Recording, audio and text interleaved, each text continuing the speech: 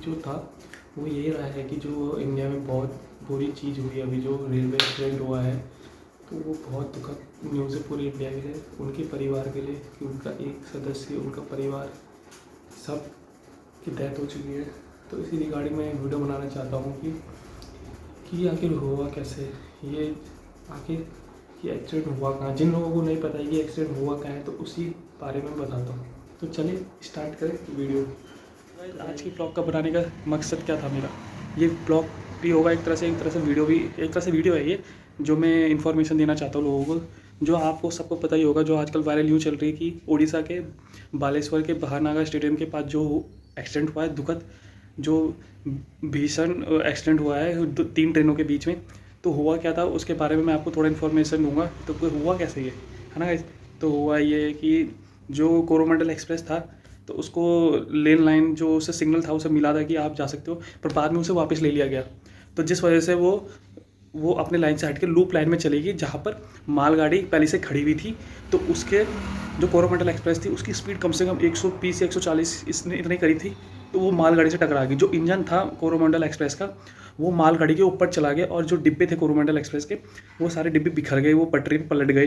तो ऊपर वहीं साइड में जहाँ पर वो पटरी में जो पलटे थे डब्बे कोरोमंडल एक्सप्रेस के, वही नीचे से डाउन लाइन से वो आ रही थी। क्या आ रही थी, वो एक ट्रेन थी, क्या नाम था उस ट्रेन का, वो बेंगलुरु हावड़ा एक्सप्रेस आ रही थी, वो सुपर फास्ट थी।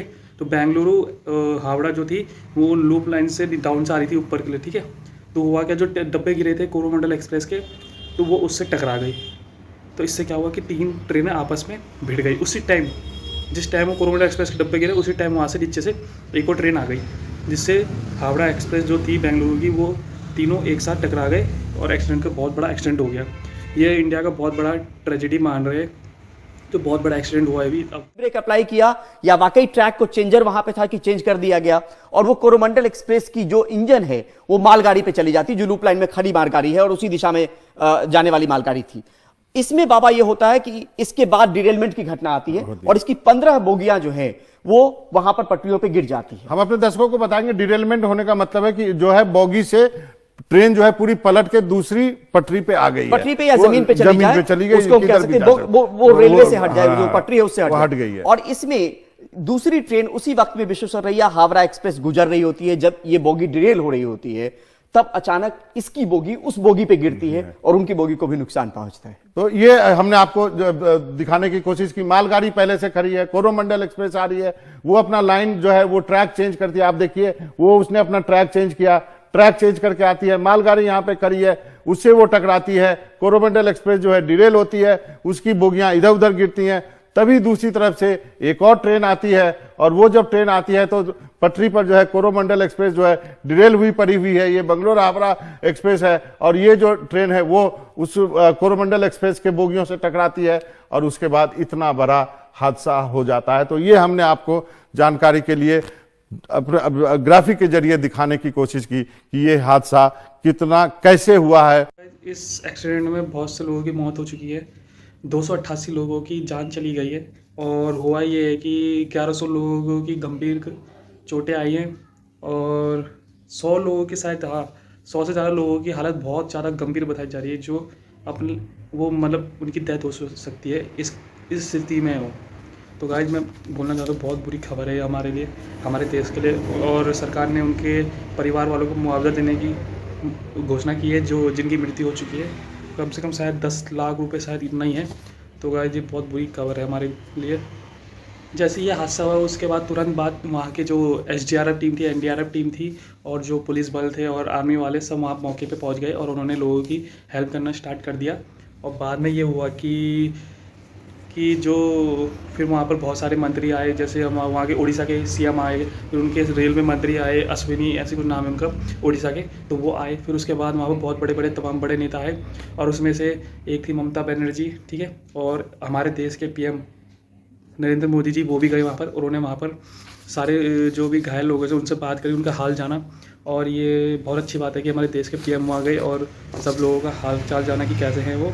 और उन्होंने कहा है कि जितने भी लोगों की एक्सीडेंट हुई है, जिनकी हालत बहुत ख़राब है, तो उनको पूरी मेडिकल फैसिलिटी दी जाए जिससे वो ठीक हो जाए, ठीक है।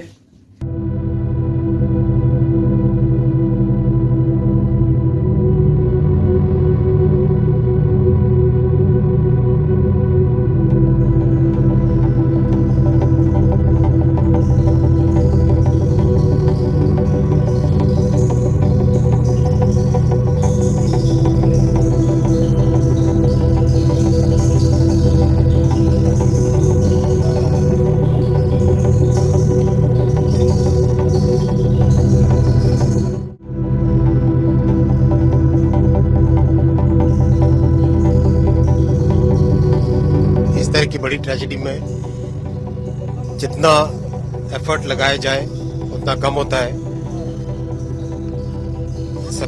उन सभी परिवारों के साथ मेरी प्रार्थना है जिनके परिवार का मेंबर इस ट्रेजेडी में चले गए, और सभी जहां पर भी best possible health care facility होगी, चाहे कटक में, भुवनेश्वर में, एम्स में, इधर कलकत्ता में, कहीं पर भी जो बेस्ट पॉसिबल हेल्थ फैसिलिटी होगी वो दी जाएगी।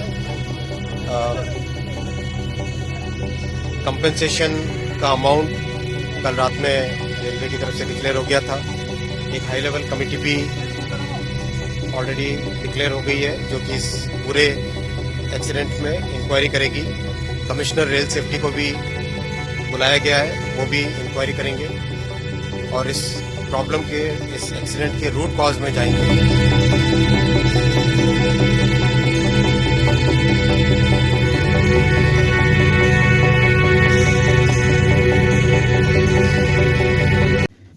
और भारत के प्रधानमंत्री मोदी जी ने ये भी कहा है कि जो भी इस हादसे का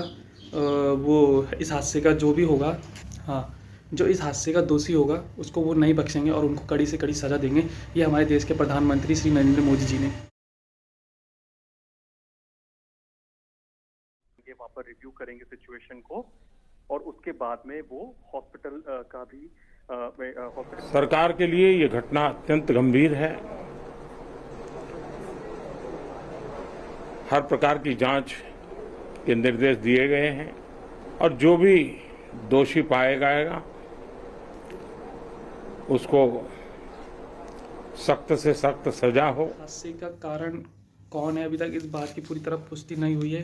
क्या ये एक गलती थी जो वहाँ के लाइन मैन था, जो सिग्नल मैन था, उनकी वजह से हुआ, या ये कोई टेक्निकल एरर था, या फिर यह कोई सोची समझी प्लानिंग थी कि ये करना है ऐसे ही। तो गाइस, ये बहुत दुखद चीज़ है हमारे देश के लिए, और हमारी रेलवे जो फैसिलिटी है वो बहुत बेकार है अभी हमारे देश के लिए, एडवांस नहीं है। बस यही बोलना चाहता था मैं कि आपकी क्या राय है इसमें, आप अपना पॉइंट ऑफ व्यू रखिए, कमेंट में अपना आंसर लिखिए कि क्या हमारे रेलवे का जो टेक्निक है वो बहुत एडवांस है कि लो है, सही नहीं है, मतलब मैनेजमेंट जो है रेलवे का वो सही नहीं है। हाँ, ये ऐसा बोल सकते हो आप।